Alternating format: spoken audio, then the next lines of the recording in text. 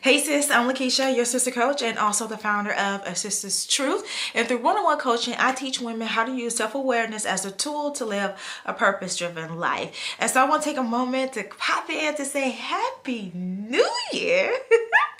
Happy New Year, sis. If you are watching this video, that means you have made it to 2019. And I want you to take a moment to praise and give thanks that you've been blessed to see another year. We tend to get so caught up on the things that we don't have and things not going our way. We tend to think that we just missing all of our blessings, right? But the fact that you live to see another day and you are living and breathing, you're able to watch this video, you've been blessed. That is a blessing, right? And so, yeah, I just wanted to pop in to say, Happy New Year, because I haven't had a sit-down conversation with you like this in a long while. A lot of things has happened over the last few months. My 2018 almost ended on a horrible note. And I say almost because I refuse to let it bring me down, and I refuse to, look for the lessons learned and opportunities in what it was that I was going through. But we'll talk about all that in a minute. But yeah, I just wanted to pop in and say hello. I got a lot going on that I want to do in 2019, so I'm super excited about that. But the reason for this video is that I just wanted to come on here and just have a candid conversation with you about, the ups and downs of 2018, right?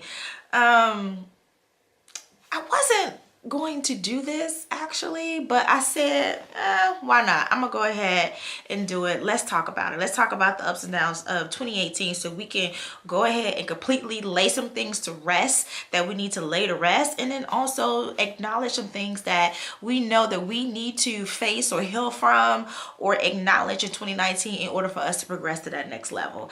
And so what better way to do that but by talking about the highs and the lows of 2018, and me coming on here and sharing with you my highs and my lows of 2018. So please leave a comment in the comment section below. Let me know what were your highs, what were your lows in 2018, because I want this to be a conversation. I would definitely loop back around and answer your questions if you have any questions, and respond to any comments that you leave in the comment section below. So this is going to be a really busy day. I have, in the next hour and a half of me recording this video, I am launching, I'm doing my first Master Life class, Strategize Your Vision. I am super uber excited about it, and not nervous. I'm not nervous about it at all, but by the time I actually get on the call with everybody, my nerves probably kick in a little bit. But for right now, I am super excited. I'm really excited about it. So anyway, I don't want to, ramble too much in this video because I want to hold you for too long.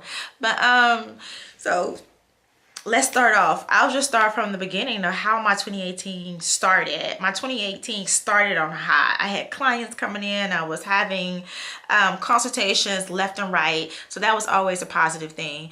By the third week of January, I believe it was the third week of January, I had set a meeting to meet with a local spa here in Houston, Texas, to talk about putting my book in their spa. So that was amazing. By March 2018, I had already landed a TV appearance. So I appeared on one of the local TV channels here in Houston, Texas. So that was super exciting.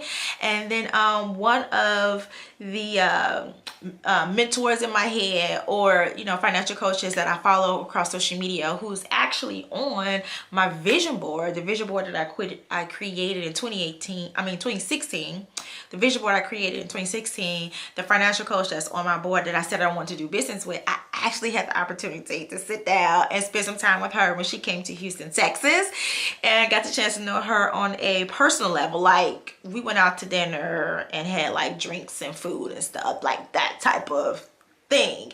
And she don't know me from Adam. She recognized me because I'm one of her followers, but it was just an amazing experience. And the fact that I made her a goal, like she was one of the top 3 people that I needed to, connect with in 2018. The fact that I was able to do that within the first 3 months of the year was just, it was just amazing.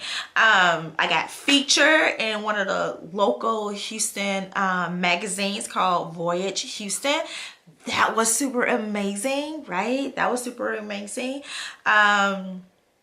What else happened in 2018? It was something else that happened in 2018.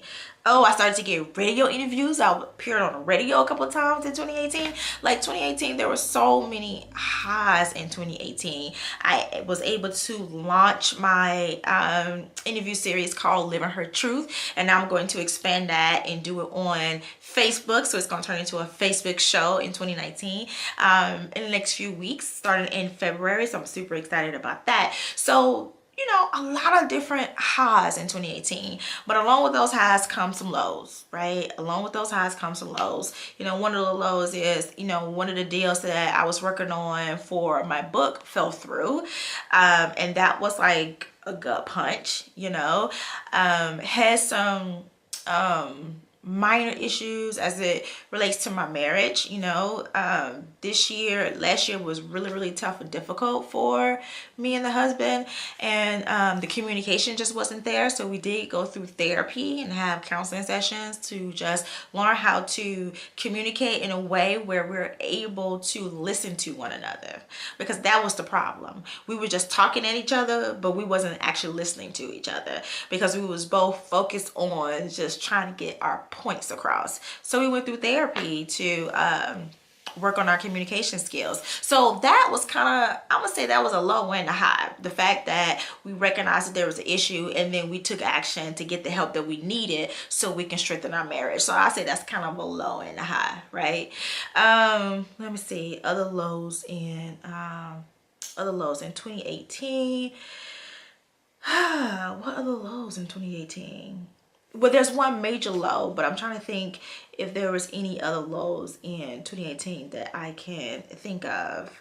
In 2018, last year, I decided to become, very committed to my spiritual growth. And so I really wanted to strengthen my relationship with God. So I asked someone to be my spiritual mentor, and that worked out amazingly for me, to have someone I can go and talk to every 2 weeks or so, to just talk about the word, and just talk about God and what God means to me, and how I can strengthen my relationship with him, and to talk to someone where I can share my insecurities as it relates to my faith with someone.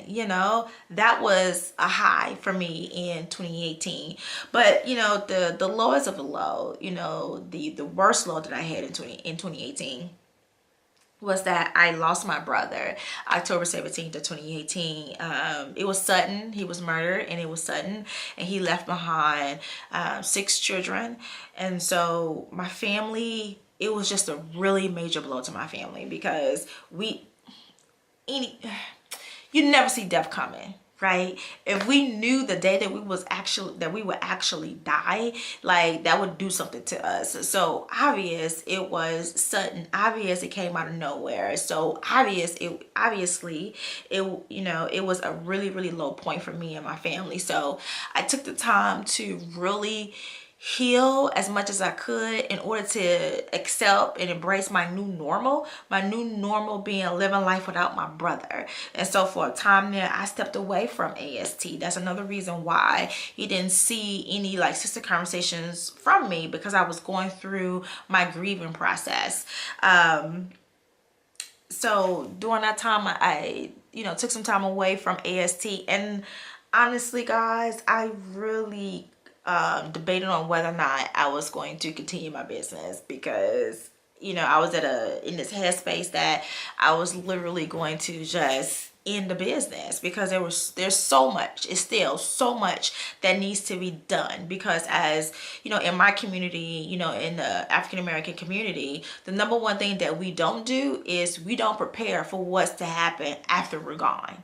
Meaning we don't have life insurance, meaning we don't have wills, meaning, you know, we don't talk to people on, you know, what we would like for them to do when it comes to, you know, the health of our children, because we tend to think, right, that our children will probably, you know, grown, we'll be in our 80s and 90s or something by the time, you know, we leave this earth. But my brother was only 40 years old when he was killed, and so he has children aging from 21 to 8 years old. So there's nothing in place, you know, to talk about, you know, how to take care of his children. And, you know, it's just a lot going on. And so I looked at AST as being a burden, because I really needed to just like focus and just like really concentrate on my family. But then I realized that, you know, AST is how I'll be able to focus and concentrate on my family, right?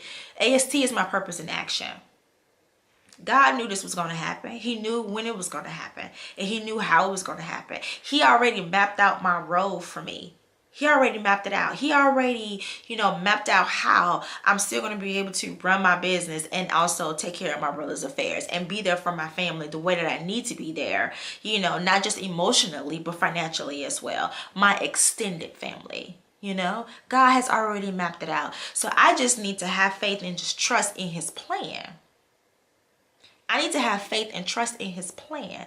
I need to have faith and trust in the unknown, because I have no idea what the future is going to hold. I have no idea what's going to happen, you know, with my business in 2019. I have no idea if we're going to get any other low blows in 2019. I don't know if I'm going to lose other family members in 2019. I have no idea.